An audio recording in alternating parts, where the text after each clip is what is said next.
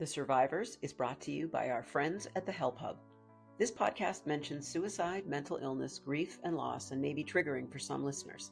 So please take care of your mental well-being by pausing or skipping any sections that feel uncomfortable to you. And if you or someone you know is struggling, please call 988 for support.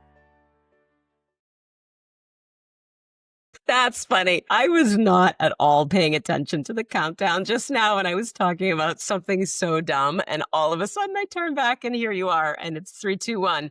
Hi, G. Hey, girl. How you doing?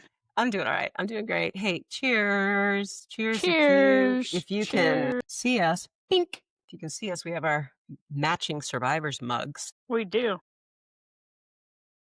Tell us if you want one, because we only have 2. So we'd have to make one for you. But if you want one, shout us out and we'll maybe start making them for the whole world. I would love that. That would be fun. I think that would be fun. So here we are, firmly into season 2, which is mind-blowing in and of itself. And we wanted to talk about something today that you and I, outside of this podcast, have been doing an absolute ton of talking about. And we've been doing most of our talking with our partner, Calmery, online mental health resources and support. And we're doing a lot of work with them around an area that's so important and so underserved. And it's suicide and mental health in the workplace. That is such an underserved, I think, category. Do you agree? 100%. It happens more than you think. It's not talked about. It's so sad that it's not talked about and it's not handled well. I know. And that's one of the things that you and I have kind of rededicated ourselves to, is spending a lot more time talking about how to improve mental health and wellness in the workplace. And it's so funny because, like how you and I come to this podcast as 2 different kinds of survivors with 2 different lived experiences, we also come at that topic of mental health in the workplace in 2 different ways. I've been in so many different types of professional environments. I've been in the office environments. I've been in a school system for over 13 years, which is a very, very unique kind of work environment for all the teachers out there. You know what I'm talking about. And I also have spent the better part of the last, God, it's got to be 7 or 8 years now, working from home. So I could literally be buck naked right now from the waist down, and I'm not going to get fired. Because unless you stand up. Unless I stand up, right. Then the FCC will probably shut us down. But I have my own different perspectives, but you have spent, how many years has it been that you were in the workplace? 45 years in corporate America. That's insane. God, That's I feel insane. old. Yeah. But what's so exciting now is that you have started this brand new chapter of your life, not just with this podcast and with your other podcast, Shit That Goes On in Our Heads, but now you are a founder. You're a founder of your own company, Shows or Solutions. And it's, and you're taking all of what you've experienced, all of what you've learned from that workplace experience, and you're passing it on to other companies, other HR departments, other C-suites, and you're giving people the benefit of that experience. And so one of the things that you and I talked about offline before we started recording was that we really just wanted to dig into the more significant issues. The kind of top level issues of this conversation are, in our opinion, recognizing the warning signs. First of all, we're talking from 2 different perspectives. We're talking from the perspective of being a manager and looking at warning signs within your staff, and then also being the employee and looking at warning signs not only within yourself, but within your colleagues and your coworkers. And then how do we offer support in that professional environment, which can be, for a lot of reasons, really scary to do. I think this might be a good point for you to talk about why people try to just wear the mask at work as often as people do. Why are people so afraid to talk about what's really going on? That's such a good point. For me, I'm an extrovert, so I would show up to every meeting with a smile on my face, whether I felt good or not. But There's so much shame and a perceived weakness if you look like you don't have it all together in today's corporate world. The problem is that that awareness needs to come top down, right? So from the CEO all the way down to the employee, that it is okay to talk about your mental health, to have those open conversations. And there's so much fear in the workplace now that people don't want to do that, right? They don't want to appear weak. They don't want to appear like they can't do their job. And the job market's really tough right now, and people are just sitting there and sucking it up, and that's the worst place to be. And that's kinda how it was for me, when the company that I loved got acquired in a hostile takeover. It was hard. It was hard to show up in a meeting and be positive, and because on the inside, like, I was just pissed every single day, and I was like, "How can this be happening?"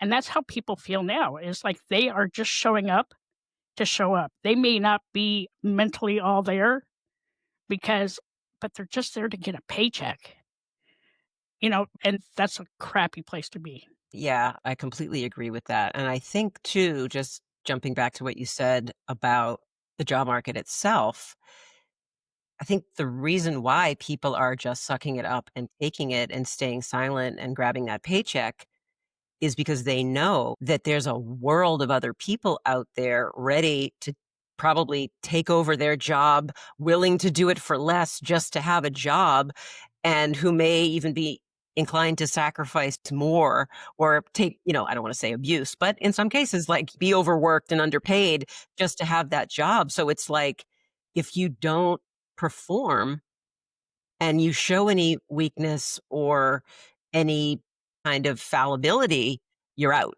And, oh, there are 10,000 people waiting outside the door to fill your spot. And that who owns that? That's owned by the company itself. The mentality of you are replaceable, show up, do your job, like that sucks, all right? Because in today's environment, because the world is literally on fire, not only do the employees have their day-to-day work and their day-to-day stress, but there's a lot of stuff coming at them externally. And so now they have to sit at a job that they probably hate and getting yelled at by their manager every single day and gaslit and all that and just trying to hold it together. There are people sitting at their desk right now saying, "I just want to die.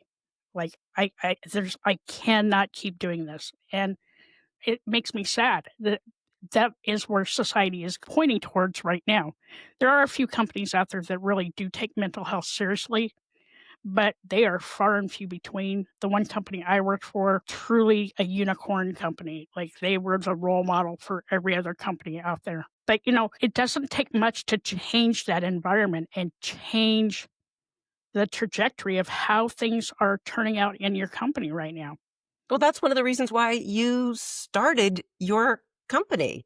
It I is. mean, Shows Solutions is really out there in the world, among other things, to help guide and support that C-suite and management team and HR group in creating an environment where there is mental health first aid factored into the day-to-day equation. And you're out there pioneering that. You're out there doing that. So as the person who's out there with your company doing this actively, what are some of the warning signs? I think people need to recognize the warning signs. And I want to ask you this question, and it's a two-part question. And if you forget one of the parts, I'll be here to remind you. So it's a two-part I question. feel like I'm in school. I know, it's okay. You'll be fine. Is to consider it cheating. I'm helping you cheat. Okay. Number one, the warning signs that a manager should be looking for with their staff is part one.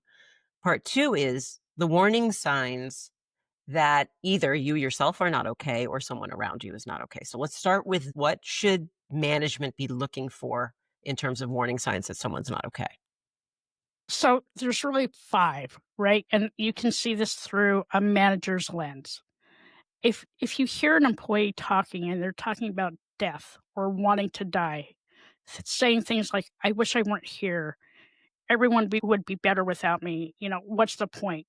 Okay, that is the number one. If you hear of anybody saying those words, please, please, please encourage them to call a crisis hotline, whether it's 988 or the other crisis lines that are out there. Give them that information.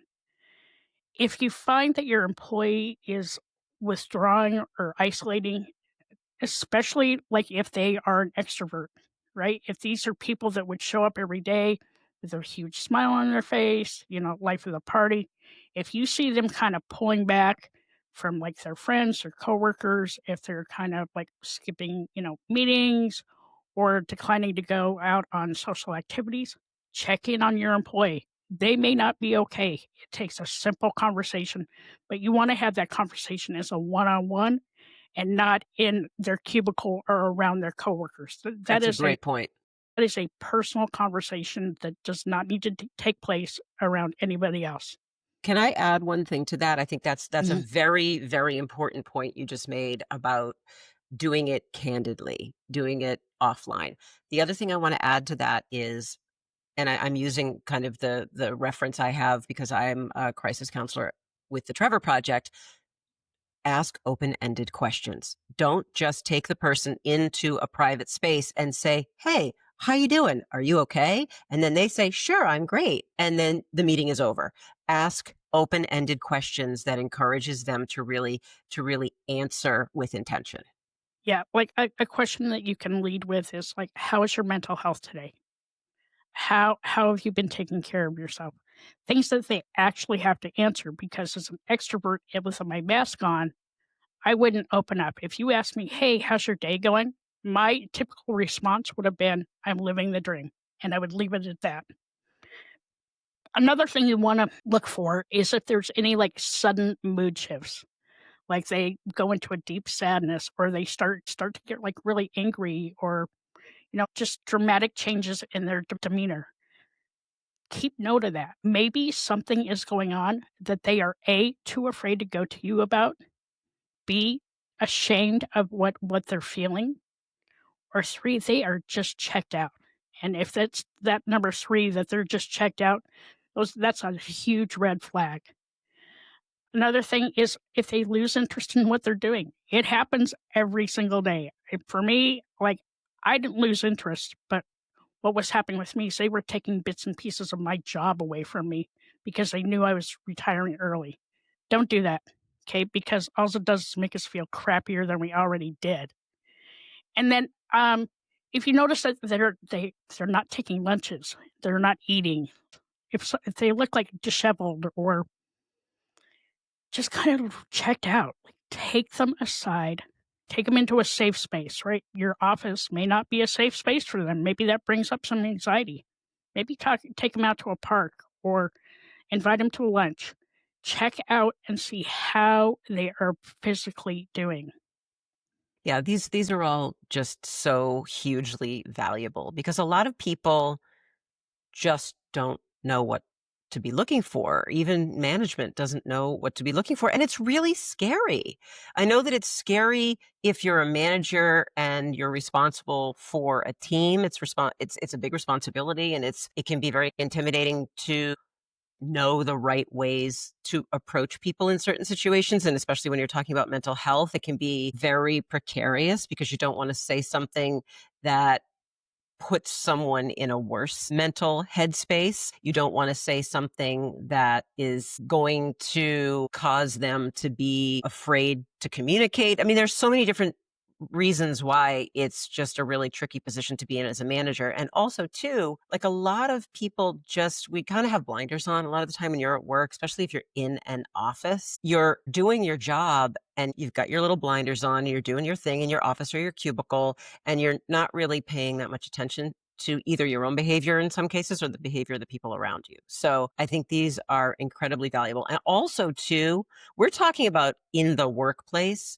So yeah, there's a physical aspect to what you and I are talking about, like in an office setting, but we are living in a hybrid world where you and I are not the only people doing what we're doing remotely and through a screen. And I feel like in a lot of ways, and I'd love to know what you think about this because I know you telecommuted for a very long time. There is just as much, maybe even more of an urgency to check in with your people who are not physically present there, because it's even easier to put on a mask when you're just looking at someone in a little square on a little screen and you don't know what is going on outside of that little box. And that person doesn't have colleagues to talk to and to vent to, and doesn't have an HR department to just run down the hall to. So this applies to anybody who might be listening who is on the other side of a screen every day, 4 or 5 days a week. Your mental health is also at risk too, and you need to be checked in on just as much. Struggling with your mental health, feeling lost, overwhelmed, or just alone? Well, you're not. Welcome to the HelpHUB, your online destination for mental health resources, content, and tools to help you navigate whatever mental health challenges you are facing in the moment. At the HelpHUB, we offer individualized resources tailored to your unique needs and community, with over 16 different categories to find exactly the kind of personalized help you need when you need it most. Because even though we all deal with many of the same challenges, we don't always experience those challenges the same way. So whether you're looking for crisis support, downloadable resources, or an extensive archive of mental health-related articles and videos, we've got you. From episodes of the Survivors podcast for suicide loss survivors and lived experience blogs to interactive tools and professional connections, the HelpHUB meets you where you are and helps you move forward with strength and support. Remember, you don't have to do this alone. Visit thehelphub.co today. That is so true. And, one thing that managers and companies can do is during your one-on-ones and make them like consistent one-on-ones. Don't be like, we're going to do a one-on-one and then let's skip the next 3 months. Keep it consistent. I'm going to just keep saying that because of everything being on fire right now. It wouldn't hurt to have those once a week. And maybe you'll have a little checklist of things you talk to your employee about, like super high level, just to get a sense of how they're feeling. Are they having a major life stressor? Even if they work from home, people still get divorced. They could be seriously ill. Keep those things in mind when you're talking to the employee. If you notice that maybe they're giving stuff away, that's huge. If they are start talking about they're a burden, maybe somebody's taken a whole bunch of days off this month and they feel like they're a burden to the team. Keep note of those things because that could be a sign of something is really wrong with your employee, and you want to be able to give them as much assistance as possible. And the employee can certainly contact the EAP lines. They can certainly contact any of the crisis hotlines. They're available 24/7. But if you have that connection with your employee, that is a tight connection, right? You trust them to work remotely and do their job. But if you see that they're completely checking out, like maybe they don't want to come on camera anymore. Maybe that used to be their thing. They would come on camera, they do all the funny emojis. Maybe they're not doing that anymore. Did they get reprimanded? Did they have something else going on? Ask those questions because when people start to check out, it's a slow trickle. And that's what it was for me. It was a slow trickle, but they were also like ripping the carpet up underneath me. And I didn't have enough time to react. As an extrovert, it kind of sucked. Same with COVID. COVID sucked for every extrovert out there. It was like our own personal hell. Yeah, those are all really good points. And you started touching on another part of this that I wanted to move us into, which is how to offer support. You talked about EAPs. What I want you to do, I know what that is. You know what that is. Somebody else may not. Explain what an EAP is and how people can utilize that. So an EAP is Employee Assistance Program. Most companies have them. It comes with your insurance and it is free. It is anonymous. You contact that phone number and you can talk to them about what's going on. In a lot of cases, you have access to free therapy or they'll help you find a therapist, but they'll give you the resources that you need. It's free and it's something that your company offers. And don't be worried that your company's going to find out that you contacted the AP. It is private information. It's all covered under HIPAA, so they can't ask. You're an employee, but you're also a human, right? And as humans, we're messy and life gets in the way. And, if you feel the signs, like just checking yourself out, like you're withdrawn, you're talking negatively to yourself, you keep saying to yourself you want to die, pick up that phone and call 988 or a crisis line. Honestly, the world is a better place because you're in it, and what is happening today may not be as bad tomorrow.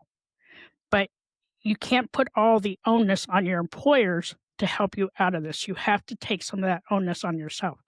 But for employers, please, if you can do these 4 things that can honestly help somebody that's thinking of taking their life. Don't ignore the subtle signs. Ask them directly, are you thinking about suicide? Listen without judgment. When I say listen without judgment, listen with your ears and not with your mouth. And encourage them to reach out to 988 or a mental health professional.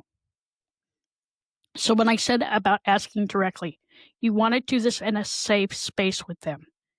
If it's nice outside, take them outside and talk in a park. Because I can tell you, for me, like, I did not want to go to my manager's office. I didn't want to go to a conference room, and I didn't want to have that conversation around my teammates and everybody else. Be kind, be gentle, because we are in a very fragile state, and we don't need to be felt like we are a burden to the company because we are coming to work with some mental messy. Yeah. Those are just golden nuggets as far as I'm concerned. And we can't say them enough. And they apply as much to the management and C-suite as they do any of these things apply to your teams as well. So the point of this conversation is that it's a collaboration. Everybody needs to be doing their part. The workplace environment has to provide a sense of security and support, and the employees need to be forthcoming when they're not okay. So everybody has to be working together and creating that workplace culture where mental health conversations are safe and supported. Like you said it a few minutes ago, it is a lot easier than we realize. We overcomplicate things. Like you and I mentioned at the beginning of the episode that we do a lot of work with Calmery, and we're focusing in particular on mental health in the workplace. And one of the things that you and I have started to do with Calmery is to do like a monthly mental health check-in conversation where we're picking and choosing different mental health related issues to talk about for like 15 or 20 minutes in a webinar. Well, we've talked a bunch about how employers should have, and I'm using air quotes if you're just listening to the audio of this, people should be doing fireside chats. You know, you've suggested that in the past of weekly, monthly group get-togethers where everybody can sit together and okay, maybe everybody's not like bearing their full soul out in the open with all of their colleagues, but you know what it's like. You guys know what it's like when one person says, "Oh, I'm just not okay," or something happened with my kids, or all of a sudden 10 people are like, "Oh my God, me too, me too, me too." It gives people permission. When one person, that's what we're out here doing. G and I are out here talking about this hard, taboo, incredibly awkward subject so that it gives people permission to do it elsewhere. And that's what employers can do by gathering people together in the same room so people don't feel disconnected. People feel like we're here together. We should function in some ways as a team or a unit or as a quote unquote family. And it's okay to not be okay at work and outside of work. And you know, the other thing is, don't make it weird. Don't make it weird for the employer, because if you make it weird, they may come to one of those meetings and then never come again, right? Like, be cognizant of like where they are in their own mental health journey. And I just read something that if you're in an office space and if this happens, if you've ever noticed someone pulling away, seeming down for weeks, or saying little things like, "You won't have to worry about me much longer," these are red flags. Don't wait. Check in. You could be the reason that they stay. Take that to heart, because when you get to that point, just from my own personal, all the crap that happened with me. One conversation could have helped me. But as an extrovert, I didn't open up. But the problem was for me is I didn't know what was going on inside me. I just didn't feel right. So as a team lead, as a manager, as a coworker, as a family member, as a friend, listened for those words. One conversation, and pointing them in the right direction could be the reason that they are here today. Well, I mean, I've said this before, and I'm sure in the months and years to come in this community we're building, I'm going to say it a million more times. You are like the poster child for 988 because, yes, okay, granted, you didn't say anything at work. You didn't say anything at home. You didn't know how to articulate what you were feeling. You were super dysregulated and didn't know what to do with it.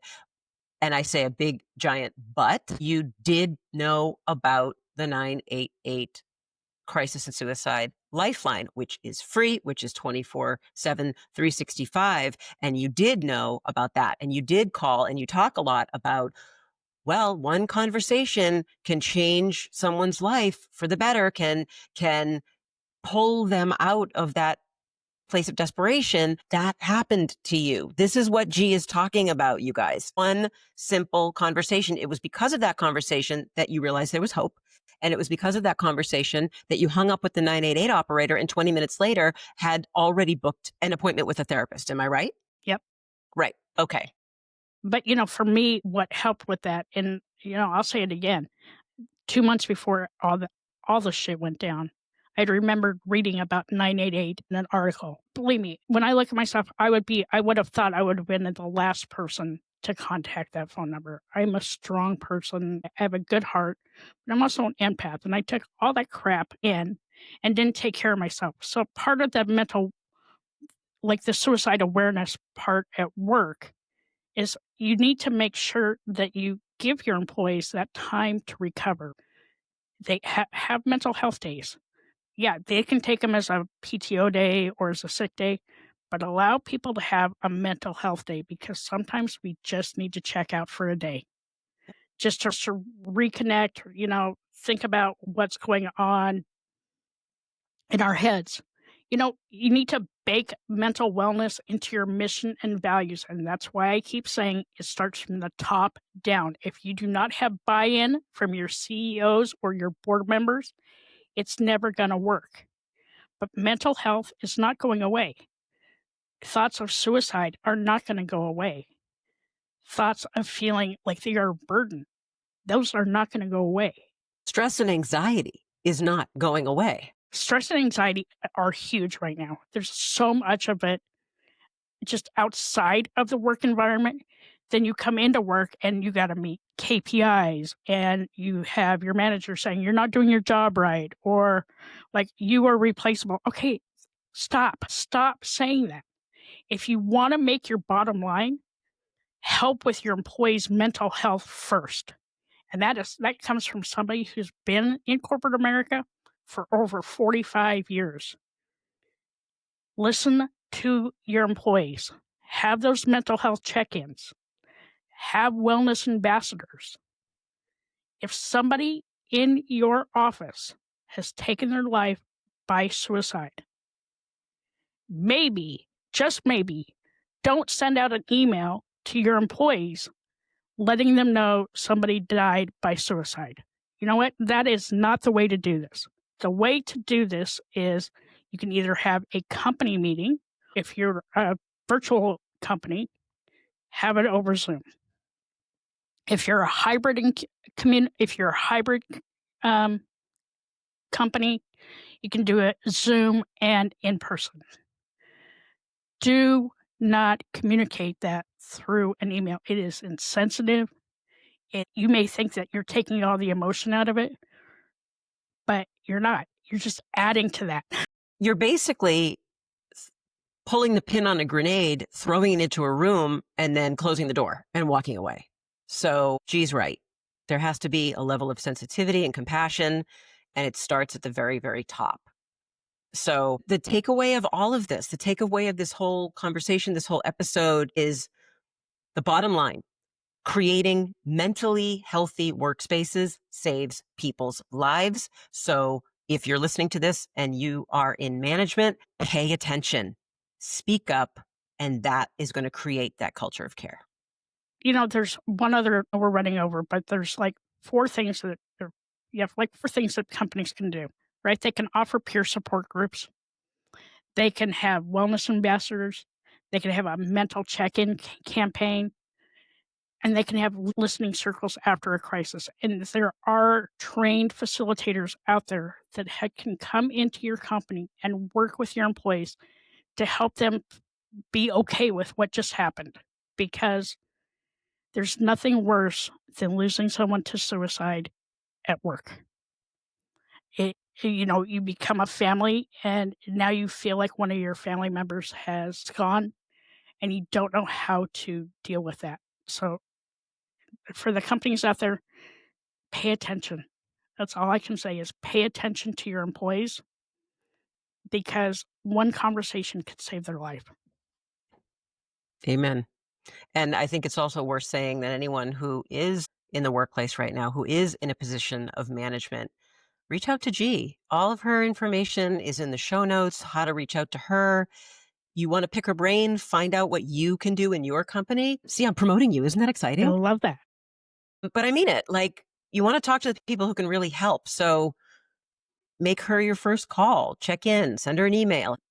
She's there to help, and so am I. So we appreciate you being here for 32 minutes and 27 seconds, and we'll see you. We'll take the 2 minutes and 33 seconds off of next week's episode. No, we won't. We're going to keep going.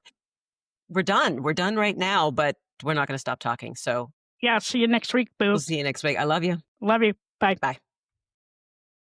Thanks for joining us on The Survivors. Remember, no matter how tough things feel, you are enough, and the world needs you just the way you are.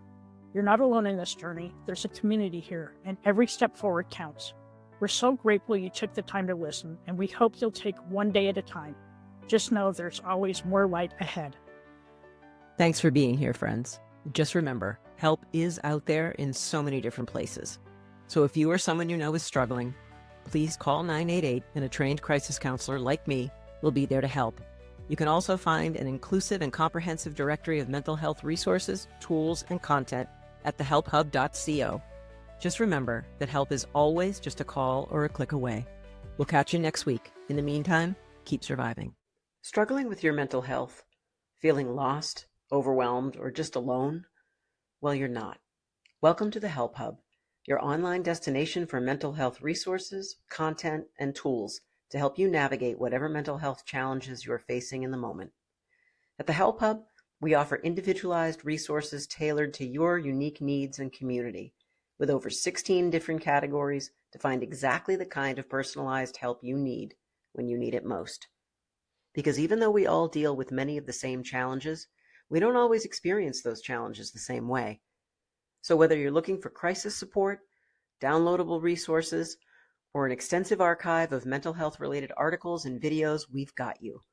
From episodes of the Survivors podcast for suicide loss survivors and lived experience blogs to interactive tools and professional connections, the HelpHUB meets you where you are and helps you move forward with strength and support. Remember, you don't have to do this alone. Visit the HelpHUB.co today.